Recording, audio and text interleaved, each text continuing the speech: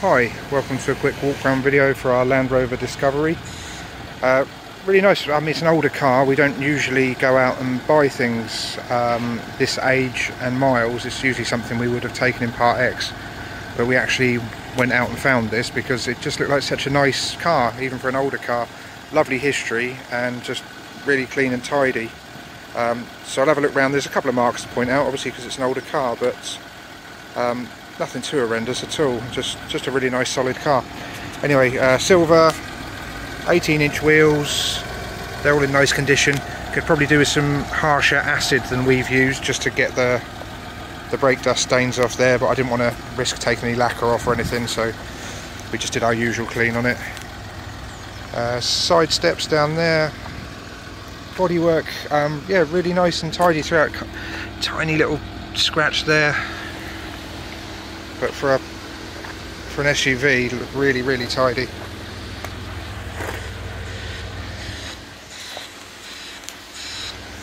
Got the heated windows on the sides there as well as the back.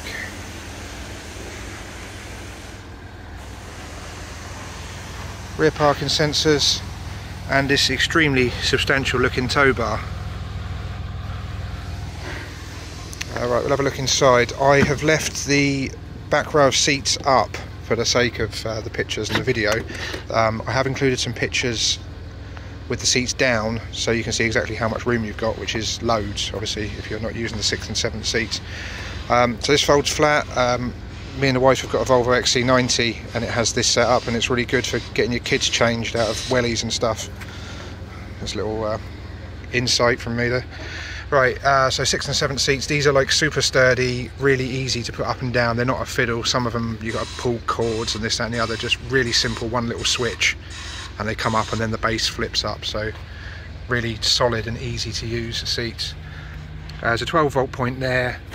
I'll include pictures of these because I can't reach them from this distance, but little cubby holes on each side with cup holders there as well. I'll show you that one. You can see the load cover. Obviously, if you were using these 6th and 7th seats all the time, you would take that out and store it behind here somewhere or at home. I've left it in because obviously it's easier for us to keep everything together. That you can pull out to 2 different stages. It can come out to here or it can come out all the way to here, depending on what you're loading in the boot and whether you need to use all the height or not. Shut this back down for the time being.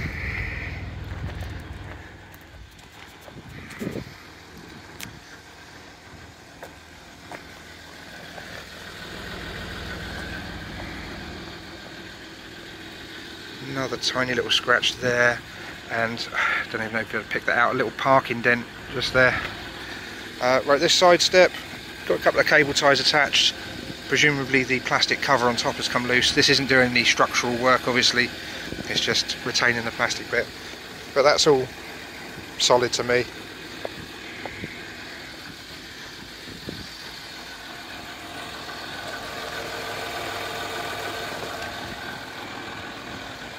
Headlight washing system and front fog lights there.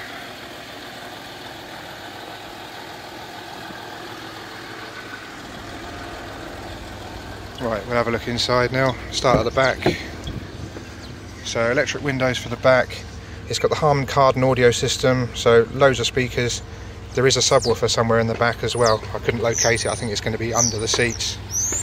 Cup holders. So show you saw the back of the seats, obviously I'll show you the front. That's the 6th and 7th seats in the back. They do not have ISOFIX points. The ones in the middle row, however, do, but only the 2 outer rear seats. The middle seat doesn't have ISOFIX points. Got your magazine holders there. You've got your heating vents. Right here, a lot of people miss this, is the auxiliary point for the radio over there. So obviously they've geared it up to be used by rear passengers as well. And there's your 12-volt point. You've also got heated rear seats, which I think is standard on this model, but not a lot of cars in general have heated rear seats, so that's a nice extra. Turn those back off. And below that, again, people miss this as well, little storage tray and cup holders for the rear seats. So a whole lot going on in this area. You've got your grab rails as well, should you be off-roading.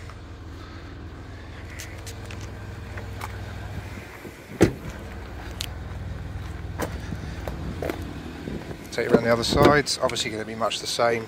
I'll try and point out something different so it's not so boring. Here we are, it's got child locks there. Got little Land Rover kick plates on either now. Rear seats, really nice condition. It's obviously, you can see it's cloth, can't you? It's grey and black sort of cloth mix. Nice hard wearing material, so there's no, you know, scratches or anything like that, and it rips or tears. No strong odours in the car either. It's not a smoker's car. Check the cigarette lighter, that's never been used. I'll show you that in a second anyway. Okay, into the front. Obviously electric windows in the front. There we see Harman Kardon audio system, so speakers all over the show. There is the option to turn off the front passenger airbag if you want to put another car seat in here, a rear facing one I mean.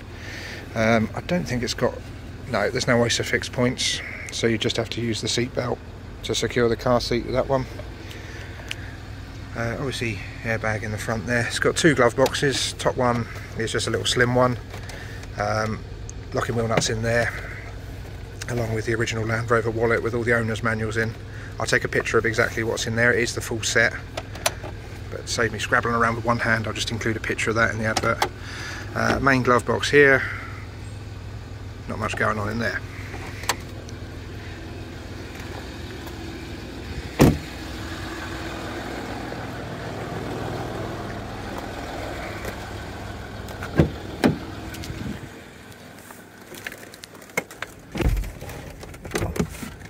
Close that door properly. So electric mirrors up there. Obviously we've seen them already, but electric windows all round. A little bit of wear here on the paint. So it's got the auto lights. It's coming to us with two keys, both original Land Rover remote locking ones. This one's got a little bit of tape around it. I never take tape off because I don't want things to fall apart, but everything's working just with tape at the minute. If you want to investigate that, that's down to you. Right, here we are. No warning lights or anything on.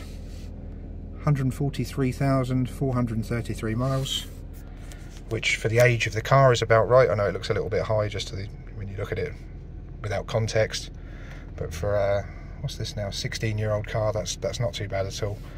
And there is a load of service history to back it up. Multifunction wheel, nice stitched leather one. So you've got your cruise control and speed limiter options over this side. Those little bars at the horn. And then you've got your audio controls over this side. Cubby hole and air vents here. Here's your audio, so I've left it on aux. Remember that is back there, not at the front here.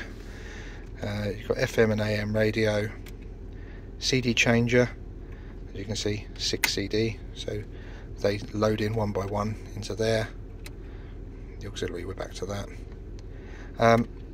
Now, no phone fitted. Now, I couldn't see an option to add a phone via Bluetooth, so it may well be it's, with the age of the car, it's one of the ones that requires wiring in, telephone preparation they call it.